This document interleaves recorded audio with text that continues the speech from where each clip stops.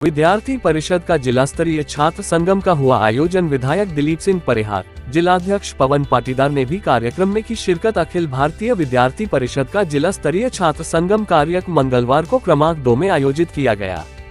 कार्यक्रम का मुख्य उद्देश्य भारतीय संस्कृति, राष्ट्रभक्ति से रूबरू कराने के लिए छात्र छात्राओं के लिए छात्र संगम कार्यक्रम किया गया। मंच पर अखिल भारतीय विद्यार्थी परिषद के राष्ट्रीय सह संगठन मंत्री प्रफुल्ल कांत, जम्बू कुमार जैन, हरिओम गोस्वामी, शुभम अहिर, राधिका सिंह सिकरवार, गोविंद तंवर मौजूद रहे।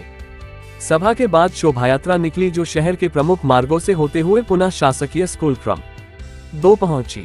कार्यक्रम में नीमच विधायक दिलीप सिंह परिहार, भाजपा जिलाध्यक्ष पवन पाटीदार, भाजपा संगठन से जुड़े अन्य पदाधिकारी एवं बड़ी संख्या में जिले भर के छात्र छात्राओं ने भाग लिया। भारतीय भाषा में शिक्षा ये पहली बार आग्रह हुआ है।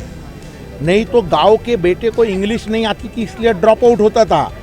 अभी भारतीय भाषा में मेडिकल की भी शिक्षा होगी, भारतीय भाषा में अंग्रेजी की भी शिक्षा होगी। और ये बहकाते थे लोग, आपको अंग्रेजी नहीं आएंगी तो आप पिछड़े कहलाओगे। मैं कहता हूँ ये अंग्रेजी का मैं विरोधी नहीं हूँ, परंतु अंग्रेज भारत में आए अगर उनको हमने पूछा कि आप हिंदी में बोलो तो वो बोल सकते हैं क्या? अगर वो भारत में हिंदी में नहीं बोल सकते तो वो पिछड़े नहीं, और हम अंग्रेजी भारत में नहीं बोल सकते तो पिछड़े कैसे हो गए? और इसलिए ये राष्ट्रीय शिक्षा नीति ने पूरे भारतवर्ष में एक भारत भक्ति का, भारतीयता का और गांव के बच्चे के लिए शिक्षा का वातावरण खड़ा कर दिया है। 100% enrolment in the middle school education ये स्थान ये रखा है। 100% लोग वहाँ तक एनरोल हो। भाई छात्रा शिक्षा के लिए विशेष अनुदान दिया है। ये ऐसे लगता है कि पाकिस्तान से डरना वगैरह, पाकिस्तान तो छोटू था देश है, भारत से ही षड्यंत्र पूर्वक अलग हुआ देश है।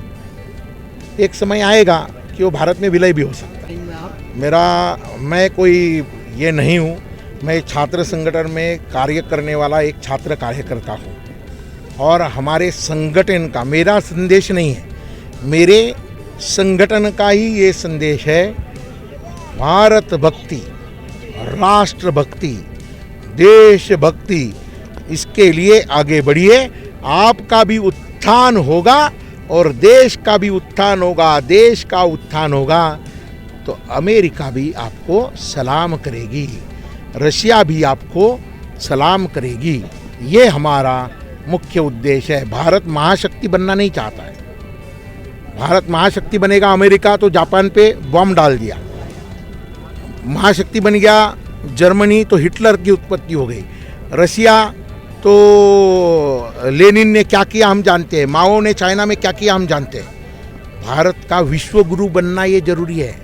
दुनिया में शांति स्थापित करना ये भारत का उद्देश्य है।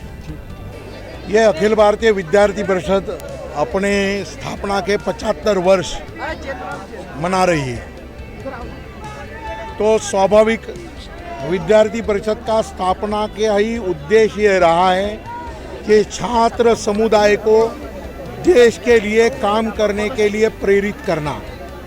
जो आक्रमण कालखंड में देश की पहचान के साथ जो छेड़छाड़ हुई है वो उस देश के पहचान को पुनः स्थापित कर भारत माता को पूरा एक बार विश्व गुरु के स्थान पर स्थानापन्न करना।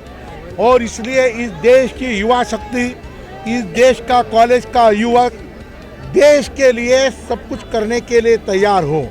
और इसलिए ये जिला सम्मेलन का जो उद्देश्य जो है, ये उद्देश्य देश में अभी हाथ फैलाने वाला युवा नहीं, तो एक आत्मनिर्भर भारत को बनाने वाला युवा इस देश में खड़ा हो। देश में गांव-गांव में उद्योग खड़े हो, उस तरह का वातावरण पूरे देश में बनाने का इसका उद्देश्य है। देखो ऐसा है कि एक बात समझने की आवश्यकता है, negative discussion create a negativity, positive discussion create positivity. और इसलिए हमारे देश में स्वाधीनता के पहले 60 साल यही बताते लिए केवल खाने के लिए कुछ नहीं है, खाने के लिए कुछ नहीं, यही बताते रहे। जब भारत ने हुंकार भरी तो भारत स्पेस के जगत में दुनिया की चौथी शक्ति बन गई। देखो अभी भारत में कई एग्रीकल्चर कृषि उत्पादन में भारत दुनिया का पहले 3 क्रमांक का देश है। दुग्ध उत्पादन में भारत दुनिया के पहला क्रमांक का देश है। दुनिया में जितना दूध उत्पादन होता है उससे 23% दूध भारत में उत्पादन होता है। तो भारत एक मिल्क प्रोडक्शन वाला, भारत एग्रो प्रोसेसिंग यूनिट के माध्यम से एक जिला एक प्रोडक्ट, 1 डिस्ट्रिक्ट 1 प्रोडक्ट के माध्यम से हर जिले में कोई न कोई उद्योग खड़ा हो तो वहाँ के ही लोगों को रोजगार मिलेगा। अभी रोजगार के लिए दिल्ली, मुंबई, कलकत्ता नहीं जाना पड़ेगा। ये नीति गलत थी और इसलिए कोविड में हमने देखा कि पैर जलते हुए लोग पैदल पैदल जा रहे। ये नीति गलत थी, समझने की आवश्यकता है।